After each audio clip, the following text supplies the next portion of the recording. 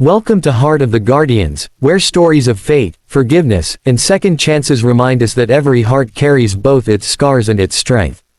Today's story begins with a single message that changes everything, a message that slips through time and past mistakes to touch two souls who once believed their story had ended. The city lights shimmered against the glass walls of Daniel Thorne's office, high above the restless rhythm of downtown. It was nearly midnight, the hour when most people retreated into dreams, but Daniel's world never slept. He was the CEO of Thorne Enterprises, a global empire built on ambition, precision, and control. The numbers on his screen glowed cold and perfect, just the way he liked them. Success had become his language, his shield, his identity. Yet beneath all that, something quieter lived, an emptiness that success couldn't quite drown. He leaned back in his chair, rubbing the tension from his temples. The soft hum of the air conditioning was the only sound until his phone vibrated on the desk. He glanced at it absent-mindedly, expecting another business update. But what appeared on the screen froze him for a moment. "Hey, I'm sorry to bother you. I wouldn't ask if it wasn't urgent. Could you send me something? I need to buy formula for the baby. I promise I'll pay you back." His chest tightened. The message was from Emma, his ex-wife. For a few seconds, the world seemed to still around him. The cursor blinked on his laptop screen like a heartbeat, waiting for him to breathe again. Emma hadn't spoken to him in nearly 3 years, not since the divorce, not since the quiet storm that had ripped their marriage apart. He stared at the message, reading it again and again. Formula for the baby. His mind stumbled over the words. The baby? What baby? 1,000 questions tangled in his head, each one pulling him further into confusion. Daniel's fingers hovered over the keyboard. He thought about replying immediately, demanding an explanation, but something stopped him. Emma had never been careless.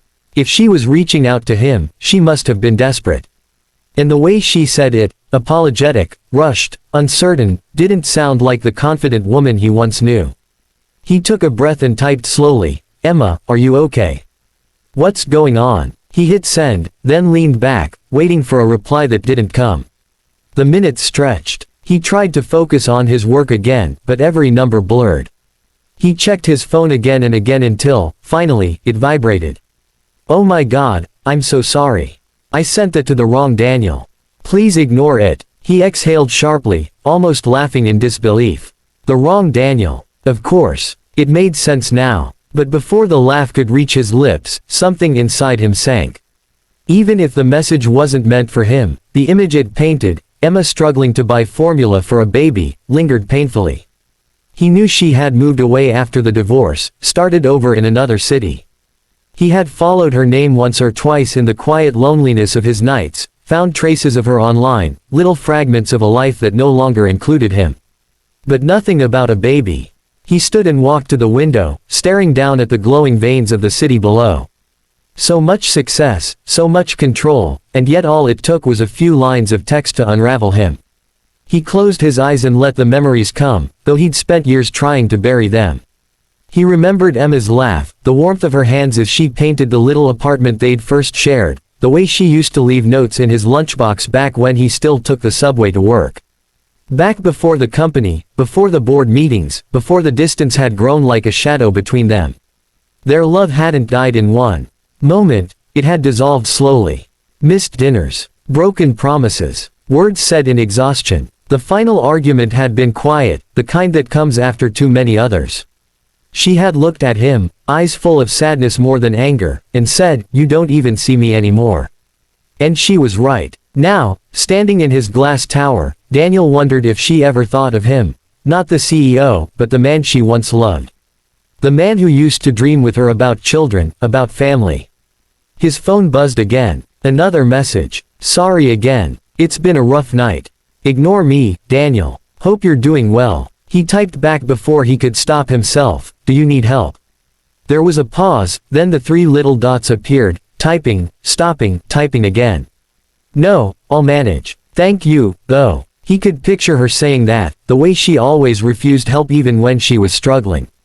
Pride and pain, tangled together. He smiled faintly, shaking his head. Some things never changed. Still, the thought of her alone somewhere, maybe holding a crying baby, unsettled him. He had spent years building a world where nothing could touch him, yet this simple human moment, cut deeper than any corporate betrayal. He found himself scrolling through old contacts until he reached a number he hadn't dialed in years. Her sister, Clara. He hesitated. What would he even say? "Hi, it's Daniel. Just wanted to know if Emma's okay." It sounded absurd, but before he could decide, he set the phone down. No, he shouldn't interfere. She had made her choice, and so had he. But sleep never came that night. Every time he closed his eyes, he saw her name lighting up his phone again, heard that small plea in her message, whether meant for him or not. By morning, he had already made a decision he couldn't quite explain. He asked his assistant to clear his schedule for the day. When she looked surprised, he simply said, "Personal matter." It was the first time in years he had used those words. Hours later, Daniel found himself driving out of the city, down the quiet roads he hadn't seen since before everything fell apart. He told himself it was just to get closure, just to make sure she was okay. But deep down, he knew it was something else, a pull he couldn't resist. When he finally stopped the car outside a small, weathered apartment complex, his heart pounded like it hadn't in years. He hadn't called her, hadn't planned what to say. He just sat there for a long time, staring at the entrance, remembering the past and fearing the future. Then, as if fate wanted to make the moment harder, he saw her. Emma walked out of the building carrying a small bag of groceries. Her hair was tied up messily, a few strands falling over her face. She looked tired but still beautiful in that effortless way he remembered. And then he saw her cradle a small bundle in her arms, a baby, tiny and peaceful, sleeping against her shoulder. Daniel's breath caught. The world around him went silent. It was real. The baby. He watched her from the car, every emotion colliding inside him, shock, longing, guilt, something like hope. She didn't notice him, too focused on adjusting the blanket around the child. For a moment, he thought about stepping out, calling her name.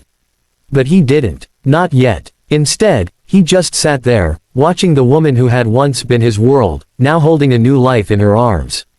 And for the first time in years, Daniel Thorne, the man who had everything, realized how little he truly had. That was the moment everything began to change.